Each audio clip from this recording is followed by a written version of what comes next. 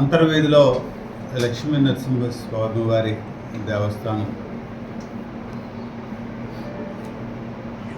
దీనికి దీనికి సంబంధించి కొన్ని నిర్మాణ పనులకి శంకుస్థాపన చేయడం జరిగింది. ముఖ్యంగా గుర్రాలక్కమ్మ వారి గుడి. ఈ గుడి చాలా పురాతనమైంది. దీనికి శిథిలావస్థలో ఉంది, చిన్నదైపోయింది. దీన్ని పునర్నిర్మించాలనే ఒక ఆలోచన. దీనికి పుష్కరాల నిధుల నుంచి గ్రాంట్ కూడా రావటం జరిగింది. అదొక కార్యక్రమం ఇవాళ. రెండవది, భక్తులు నైట్ స్టే ఉండటానికి ఇక్కడ ఎలాంటి సదుపాయం లేదు. దూర ప్రాంతాల నుంచి వస్తున్నారు, కామన్ భక్తులు ఉంటారు. వారు దూర భారాలు వెళ్ళి పెద్ద పెద్ద హోటల్లో ఉండలేని పరిస్థితి. వారికి ఈ డార్మిటరీ నిర్మాణం చాలా ఉపయోగపడుతుంది. దాన్ని కూడా ఈరోజు మేము శంకుస్థాపన చేసుకోవడం జరిగింది. అలాగే మూడవది వచ్చేటప్పటికి రథశాల కూడా. రథం గతంలో కాస్త కాలిపోయిన పరిస్థితి అందరికీ తెలిసింది.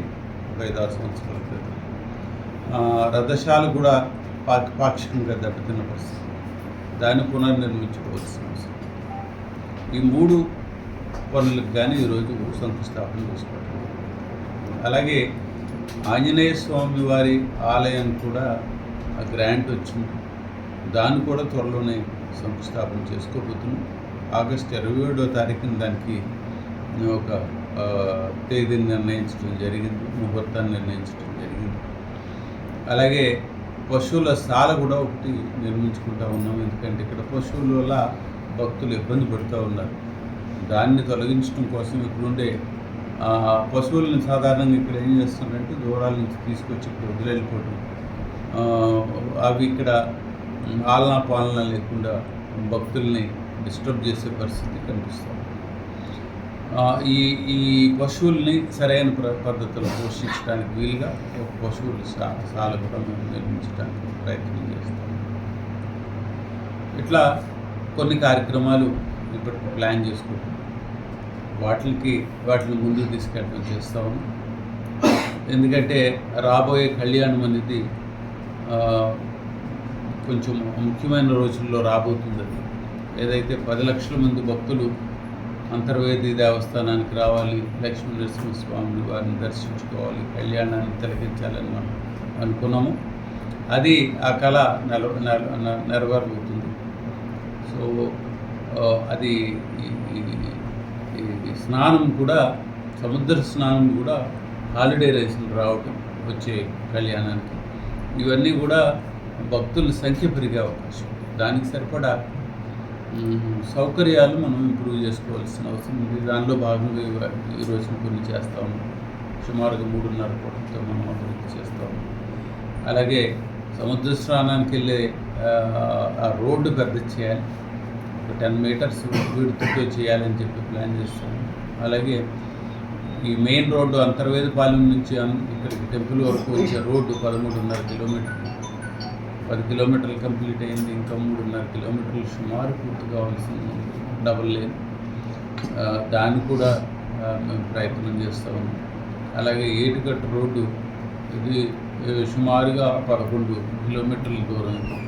ఇది కేవలం 2-3 కిలోమీటర్ల మేరకే ఇది డబల్ రోడ్ అయింది. మిగిలినంతా కూడా డబల్ రోడ్ కావాల్సింది.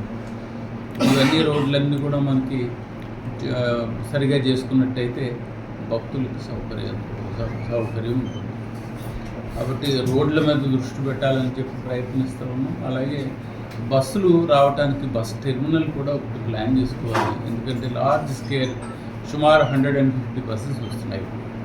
సరైన ఫెసిలిటీ లేదు టెర్మినేట్ అవడానికి. అంటే ఇక్కడికి వచ్చి ఆగి తిరిగి భక్తుల్ని ఎక్కించుకొని దింపి ఇవన్నిటికి సరైన ఫెసిలిటీ లేదు. అక్కడ 5 ఎకరాల ల్యాండ్ కూడా ఉంది. దీంట్లో ఒక టెర్మినల్ నిర్మించాల్సిన అవసరం. ఇది ఒక ముఖ్యమైన అవసరం. భక్తులు రాకపోకలకి అటు రోడ్లు, ఇటు ట్రాన్స్పోర్టేషన్కి బస్ సర్వీస్ కావాల్సిన ఫెసిలిటీ ఇవి చేసినట్టయితే ఐ థింక్ 10 lakhs ఏదైతే ఎక్స్పెక్ట్ చేస్తున్నామో 1 మిలియన్ పిలిగ్రిమ్స్ టర్న్అవుట్ ఎక్స్పెక్ట్ చేస్తున్నాము. అది తప్పనిసరిగా వచ్చే కళ్యాణానికి సాకారం కాబోతుందని చెప్పి నేను భావిస్తూ ఉన్నాను.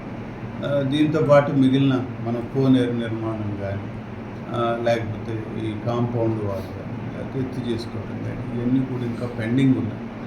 దీంతోపాటు మనం గతంలో కూడా మనం ఈ మధ్యకాలంలో అనుకుంటా ఉన్నాం, ఒక విగ్రహాన్ని, నిలువెత్తు విగ్రహాన్ని, పెద్ద విగ్రహాన్ని కూడా ఒకటి సముద్రానికి తీరంలో పెడితే, సముద్ర స్నానం దగ్గర పెట్టినట్టయితే ఒక ఐకానిక్గా ఉంటుందనే ఉద్దేశం నాకు అనిపించింది. దాంతోపాటు మొన్న సైక్లోన్ మనకి వచ్చినప్పుడు తీరం ఇక్కడ దాటకుండా ఉండే పరిస్థితుల్లో స్వామివారి అనుగ్రహం అని చెప్పి మనం ఆ రోజున అనుకున్న దానికి ఒక రూపాన్ని ఇవ్వాలి అని చెప్పి ఆలోచనతో ఈ ఆలోచన తీసుకొస్తా ఉన్నాం. ఇది కూడా ఇక్కడ మన టెంపుల్ అథారిటీస్ కూడా దీనికి ఒక షేప్, దానికి ఎస్టిమేట్ అని ఇవ్వబోతున్నారు. అది వచ్చిన తర్వాత దాన్ని ఎవరైనా దాతలు ముందుకు వచ్చినట్టయితే కట్టడానికి వీలవుతుంది. ఇట్లాగా ఈ ఫెసిలిటీస్ అన్నీ ఇంప్రూవ్ చేసుకెళ్ళినట్టయితే పెద్ద స్థాయిలో భక్తులను ఇక్కడ రావటానికి, స్వామివారిని దర్శించుకోవడానికి వీలుంటుంది. అలాగే కళ్యాణం తిలకించడానికి ఒక పెద్ద ఫెసిలిటీ కావాలి మనకు. ఒక 25,000 మందిని కూర్చోబెట్టడానికి వీలుగా ఒక మంటపాన్ని మధ్యలో పెట్టి ఒక ప్లాట్ఫామ్లా కట్టినట్టయితే అది కూడా బాగుంటుంది.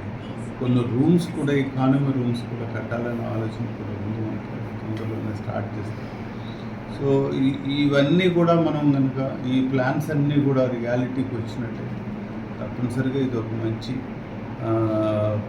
భక్తులు రావటానికి, ఉండటానికి, స్వామివారిని దర్శించుకోవటానికి, వెనక్కి ట్రావెల్ ఎలాంటి ఇబ్బందులు లేకుండా వెళ్ళటానికి మంచి అవకాశాన్ని మనం కలిగజేసిన వాళ్ళం అవుతాం. కాబట్టి ఈ కృషిలో తప్పనిసరిగా మనకి స్వామివారు మనతో మనల్ని ఆశీర్వదించుకుంటూ తీసుకెళ్తారు. ఇది వారి కార్యక్రమం, వారు నడిపించుకోవాల్సింది. కాబట్టి తప్పనిసరిగా దీన్ని మనం నడిపించే బాధ్యత స్వామివారికి అప్పగించుకుంటాం. ఈ టెంపుల్కి సంబంధించిన కార్యక్రమాలు ఎంతో శక్తితో చేయాలనే ఉద్దేశంతో మనం ముందుకెళ్తాము. ఇది కోట్ల రూపాయలతో కూడిపడిన విషయం అయినప్పటికీ కూడా స్వామివారి మీద భారం వేసుకొని ముందుకు వెళ్తాము. Thank you.